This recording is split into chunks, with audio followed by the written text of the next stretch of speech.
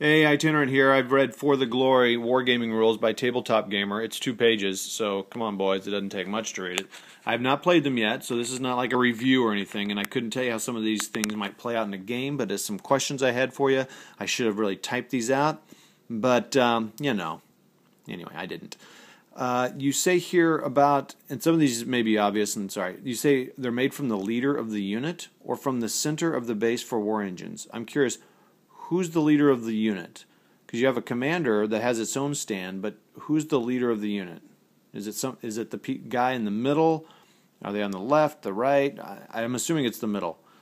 Someone talked about on one of the comments about the morale and all that, like the dice rolling. I'm not totally confident in my probability and stats, so I'll let someone else figure that out. It does seem a little harsh, the morale does. I'll just cover my question with that real quick. So the morale section, if I get shot at or attacked, I roll for morale. So for a green unit, that's 50% chance I'm going to break. And maybe that's cool. I guess I was thinking maybe if they were shot and they got a hit, then maybe there's a modifier to that morale roll, like a -1 or something per hit they took in that turn, or they've taken total. Because it seems like if you start losing your buds around you, then your morale will start getting shaken. So maybe make the morale value higher, but then have those modifier to go down. And then here's another modifier. Sorry, I know I'm trying to keep this simple, but just thinking through some things. The other morale question. So if I have a very large unit of green, I still break at 50%. Seems like a small unit would break quicker than a very large unit of green. So maybe some modifier for that. I don't want to go modifier crazy.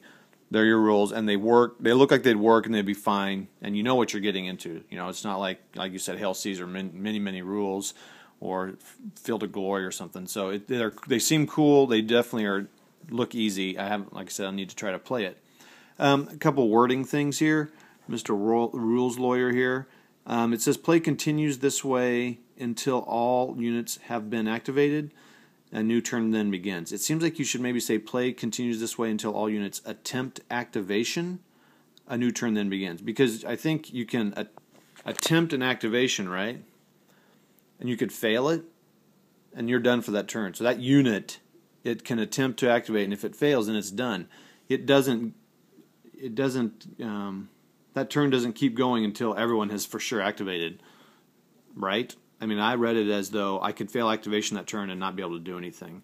So maybe, I don't know if that makes sense, so I'll just keep it on there for a second. Play continues this way until all units attempt activation. A new turn then begins. So every unit gets to attempt it in a turn. They may fail, they may succeed, but once everyone's attempted it once, they're done. Unless you want them to all get to activate. Anyway, does that make sense? All right. It says the unit is then moved to the maximum, blah, blah, blah, and placed in base-to-base contact with the enemy until I would say until it is attacking. I put they are, but I think you should say until it is attacking. It's not really you, because I don't know, it's just, again, it's kind of an English phrasing thing, and I could be wrong on that as well. I do have a question about melee combat. So let's say it's, and I don't know my ancients, Romans' turn. They get into base-to-base contact with the Carthaginians. The Romans will attack and roll attacks, correct? Do the Carthaginians or the defense get to attack immediately, or do they have to wait until they're activated? Now let's say that nothing happens when the Romans attack and they're still in base-to-base contact. So do the Carthaginians get to attack the defenders get to attack immediately in melee, or do they wait until they are activated again? And can you separate from melee voluntarily? Again, I know you're trying to keep these easy.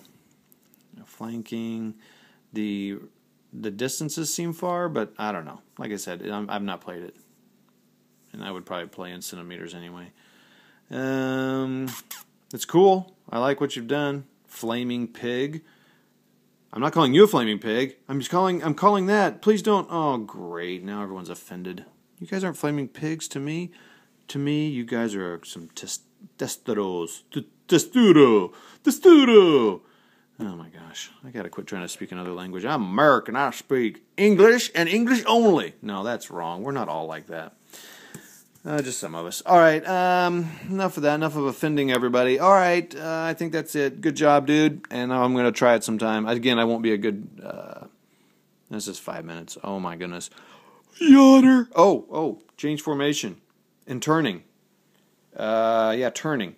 Can you turn multiple times in a turn, in a movement turn, activation?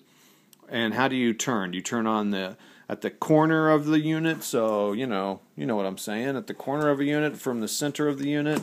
So would you turn like from here, from the corner, or would you turn from the center? And can you do it multiple times? And I think I just understood this change formation is not an activation, but I can actually move, change formation and move some more, but I couldn't change formation multiple times. And I guess what you mean by change formation is and I know these aren't the right size, but move and then change formation and keep moving.